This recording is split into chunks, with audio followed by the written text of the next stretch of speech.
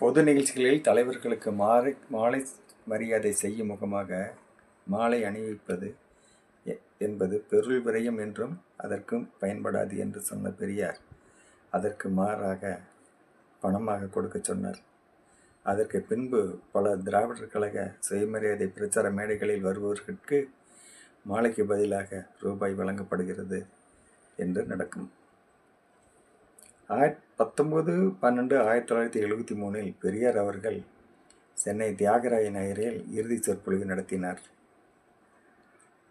1973 தமிழர் சமுதாய இன ஒழிப்பு மாநாட்டை பெரியார் இறுதியாக நடத்தினார்.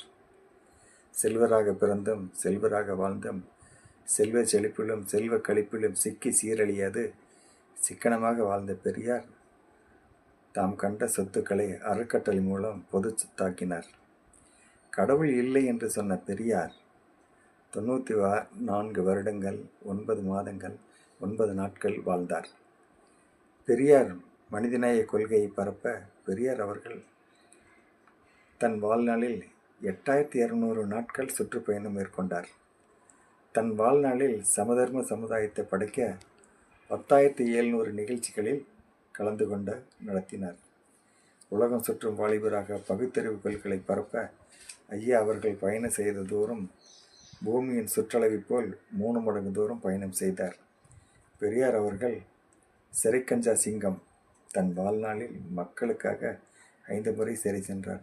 தான் மட்டுமல்ல, தன் மனைவி நாகம்மை, தங்கை இருவரும் மக்கள் பிரச்சனைக்காக சிறை சென்றார்கள்.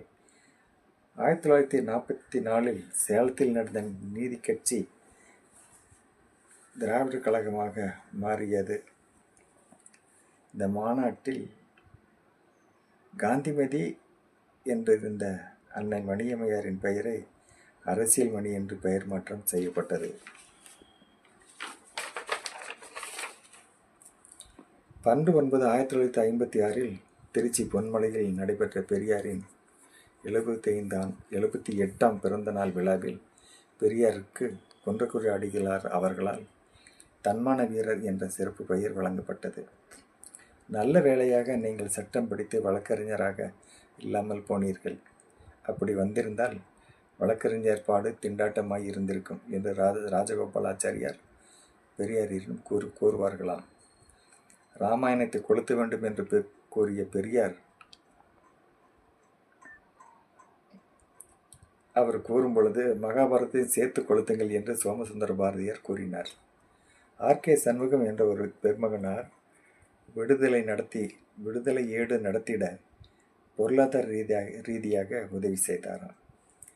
பெரியார் அவர்கள் தாம் இந்திய எதிர்ப்பு கருத்துக்களை குடியரசு பத்திரிகையில் எழுதினார். பெரியார் அவர்கள் பள்ளியில் படித்த ஆண்டுகள் 5 மட்டுமே.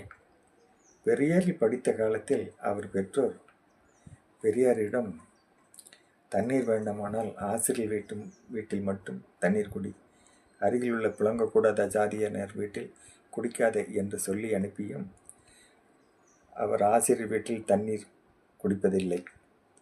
காரணம், வாத்தியார் பெண் இவர் தண்ணீர் குடித்த டம்ளரை நன்றாக கழுவி உள்ளே வைப்பதும், இதை பார்த்த பின்பு டம்ளரை தூக்கி தண்ணீர் குடிக்கும்போது புறையேறி இருமல் வந்ததாலும் கோபித்து திட்டியதாலும் தன் ஆசிரியர் வீட்டில் தண்ணீர் குடிப்பதில்லையாம். 1933 பெரியார் அவர்கள் ஜோலார்பேட்டை பொதுக்கூட்டத்தில் பேசிக் கொண்டிருந்த போது நாகம்மையாரின் இறப்பு செய்தி தெரிவிக்கப்பட்டது.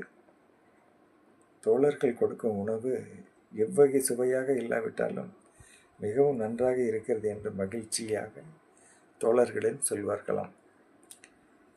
அன்னை மணியம்மர் அவர்கள் இயக்கத்திற்கு செயலராக வந்தபோது இயக்கத்திற்கு செய்த பெருந்தொண்டு என்ன தெரியுமா? அவர் பெரியாரை காலம் முழுவதும் பேணி காத்ததுதான்.